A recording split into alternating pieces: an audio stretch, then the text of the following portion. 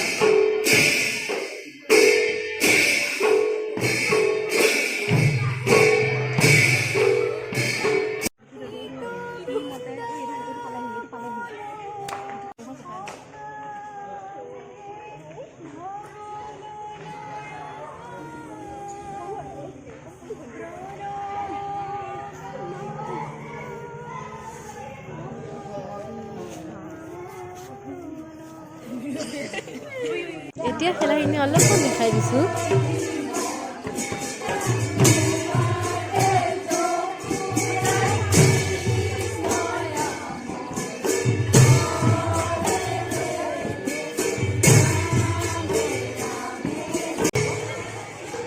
এতিয়া ৰখুৰ নাচি আছে, চব দেখাব নোৱাৰি, অলপ অলপ দেখাইছোঁ।